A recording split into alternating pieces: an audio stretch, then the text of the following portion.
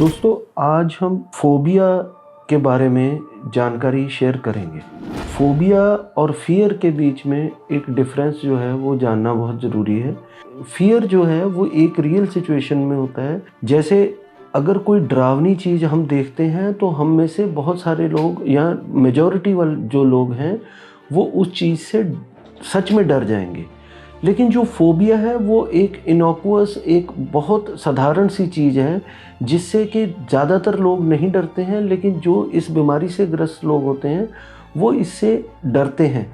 ये जो फोबिया है बहुत नॉर्मल सी चीज़ों के एक्सपोजर से होता है। ये चीज़ें जो हैं वो कोई ऑब्जेक्ट हो सकता है, कोई सिचुएशन हो सकती है या कोई प्लेस हो सकती है। ज़्यादातर फोबिया जो देखा गया है वो ऐसी चीज़ों से होता है, मसलन सोशल फोबिया, जिसमें कि आप जो है बाहर किसी फंक्शन में जाने से आपको घबराहट होती है। इसके अलावा क्लोज स्पेसेस है जिसको हम क्लॉस्ट्रोफोबिया बोलते हैं कि क्लोज स्पेस में जो इंसान है वो डर जाता है और वो वहाँ पे नहीं जा सकता है। इसी तरह ओपन स्पेस का हो सकता है। आपने देखा होगा ऊंचाई से लोग डरते हैं, लिफ्ट में जाने से डरते हैं, पब्लिक में बोलने से डरते हैं, अंधेरे से डरते हैं, एनिमल से डरते हैं, किसी छिपकली से डरते हैं, किसी और ऐसे कॉकरोच से डरते हैं।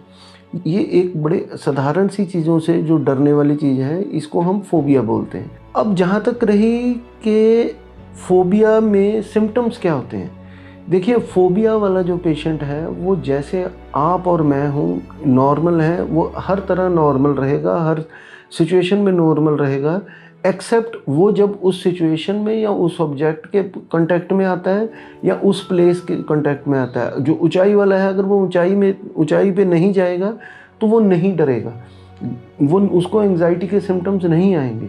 जहाँ तक सिम्टम्स की बात है, वो जो सिम्टम्स आते हैं उसमें ड्राइनेस ऑफ माउथ होती है, मुंह सूखता है या बार बार यूरिन जाता है इंसान, या उसकी धड़कन बढ़ जाती है, उसको घबराहट होती है और उसको ऐसा डर लगता है कि मैं या तो पागल हो जाऊंगा या मैं मर जाऊंगा अगर मैं इस सिचुएशन से जल्दी बाहर नहीं निकला।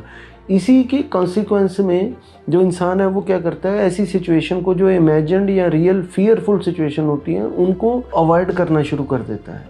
जहाँ तक इसके ट्रीटमेंट की बात है, ट्रीटमेंट दो तरह से किया जाता है। एक तो जो ट्रीटमेंट है वो दवाइयों के माध्यम से होता है, जिसको एंटी एंग्जाइटी ड्रग्स बोलते हैं। वो एंटी एंग्जाइटी दवाई देके धीरे धीरे उसको रिड्यूस करके बंद कर दी जाती है, जिससे जो है इंसान की जो है एंग्जाइटी है वो धीरे धीरे ठीक हो जाती है।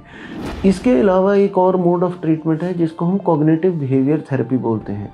कॉग्निटिव बिहेवियर थेरेपी में हम उसके विचारों की तह तक जाते हैं, उसके जो नेगेटिव विचार हैं उस सिचुएशन के बारे में उसको एड्रेस करते हैं, उनको वो जो नेगेटिव विचार हैं उनको करेक्ट करने की कोशिश करते हैं। इसके साथ साथ जो है वो बिहेवियरली जो है पेशेंट है उसको रियल सिचुएशन, जो उसकी डर वाली सिचुएशन है, या रियल सिचुएशन या इमेजिन्ड सिचुएशन में उसका ग्रेडेड वे में, जिसे धीरे धीरे करके उसका एक्सपोजर करके उसको उस फोबिया से बाहर निकालने की कोशिश की जाती है। अंत में मैं यही कहना चाहूँगा कि ये एक बहुत साधारण सी बीमारी है जिसका एक बहुत साधारण सा इलाज है। बहुत कम समय में बहुत कम दवाइयों से इसका इलाज हो सकता है। भाई और बहनों, इससे डरने की बिल्कुल ज़रूरत नहीं है। ये एक नॉर्मल बीमारी की तरह एक बीमारी है जिसमें ना तो इंसान की जान जा सकती है, ना ही कभी उसका कोई भी शारीरिक या मानसिक नुकसान हो सकता है। धन्यवाद।